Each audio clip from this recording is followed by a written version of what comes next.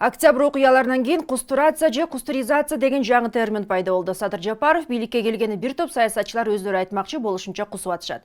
Ким канча кусту жана кусундулар кайда кетип атат? Сиз жаргылчакты көрүп баштадыңыз, саламатсызбы? Октябрь окуяларынан кейін Садыр Жапаров ел алдына чыгып сөз сүйлөгөндө иштейм, коррупцияга малынган адамдарды камайм деп убадалап, алардын ысымдарын да катаган. 2 жылбыр бир тизгинди алган соң, ал уурдалган акчаларды кайтаруу үчүн экономикалык амнистия жарыялап, коррупционерлерге 1 ай убакыт берген. Мүлктү жана кирешени ыктыярдуу түрдө декларациялоо процессинде сыр сакталат. Эгерде экономикалык амнистияны пайдаланбасаңар, мыйзам чегинде катуу чаралар көрүлөт. Бул мунапысты эч ким колдонгон жок. Колдонгондор болгон күндө да ал ачыкталбады. Ошентип коррупционерлерди кармоо жолу менен кустуруу иштери башталды. Бардык коррупционерлер кусат. Биз кустуруу жолу менен кетебиз. Куспайбы анда камалат. Кустуруунун арты менен бюджетке ушу күнгө чейин 6 миллиард сом түшкөнүн УКМК төрагасы Камчы Бекташиев маалымат жыйындарын биринде билдирген. Анын айтымында коррупция, мыйзамсыз байуу жана сүткорлук беренелери боюнча 300дөн ашык кылмыш иши ачылган. Привлечено и задержано 32 должностных лиц государственных органов. Выявлено ущерба на сумму более 26 миллиардов сомов. Возмещено около 6 миллиардов сомов. Оор кылмыш болуп эсептелген коррупция менен кармалганда бир канча миллиондорун берип жазадан кутулуп кетишти. Айрымдар үй камагына чыгып, кээси чет өлкөгө чейин чыгып кетишкен.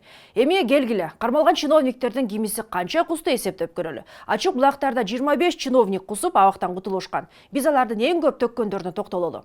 Кускандардын сап башында Райымбек Матраимов турат. Ал мамлекетке тагыраагы УКМКнын эсебине 2 миллиард сом төккөн. Бул долларга которгондо 23 миллион. Бирок бул киши өлкөдөн 700 миллион чыгарылган деген азаттыктын иликтөөсүндө аталган. Кийин кармалып кайра кое беришкен. Бул чечимди мен кабыл алдым. УКМКнын башчысы кабыл алган жок. Ал камайм деди. Анткени Райым паспортун өзгөртүп, Дубайга чыгып кеткенге даярданган экен. Паспорту башка атка.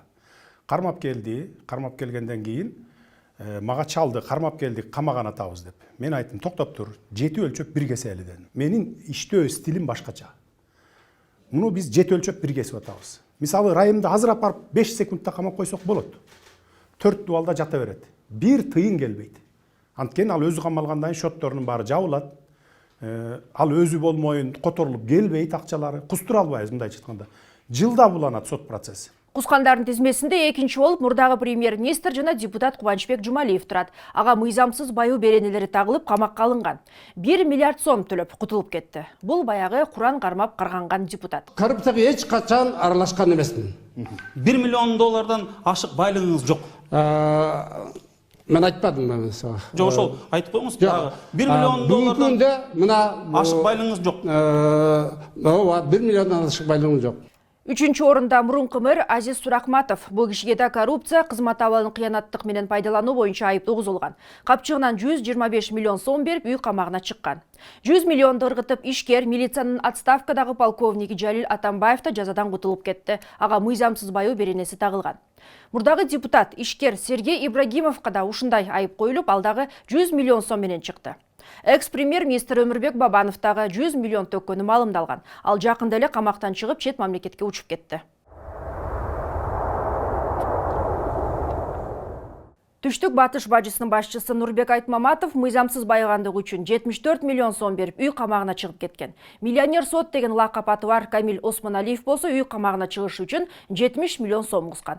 Андан кийин эле тизмеде ишкер Carven Group компаниясынын ээси Генрих Балян. Ага алдамчылык беренеси коюлуп, мамлекетке 60 миллион төктү. Ал эми Жээнбековдун кан кудасы депутат Алиарбек Абджалиев камалып 50 миллион кусканга дарымети жеткен. Болбосо ал өлкөдөгү чоң бизнес империяларга ээлик кылат. По факту Абджалиева одно из богатейших семейств в Кыргызстане. У них десятки компаний, строительных, туристических, горнодобывающих. Но, судя по налоговой декларации, представители клана нищие. Ни денег, ни даже жилья. Одна машина на всю семью, из капитала только домашняя скотина. Баары эле ушундай байкуш болуп алышат бизде. Байкуш көрүнүп жүргөн дагы бир депутат Марат Аманкуловдун артынан укук коргоо органдары сая түшкөндө миллионер экени анык болгон. Ал кутулуп кетүү үчүн 50 миллион араң кусуптур. Ооба, жийиркеничтүү тасма, бул үчүн кечирим сурайм. Булардан сырткары дагы 14 чиновник кускан. Алардан эң азы 1 миллион төксө, калганы 20-30 миллиондон ыргытышкан. Эми бул акчалар каяка кетип атат деген жөндүү суроо пайда болот. Насколько эти деньги проходят через казначейство, насколько эти деньги поступают в бюджет, потому что нет здесь прозрачности, нет ясности, отсюда какое-то идет недоверие к этим всем процессам. И я поддерживаю требования граждан и прошу на сайте правительства или сайте ГКНБ опубликовать, от кого, сколько поступало средств на счет казначейства и на что были использованы.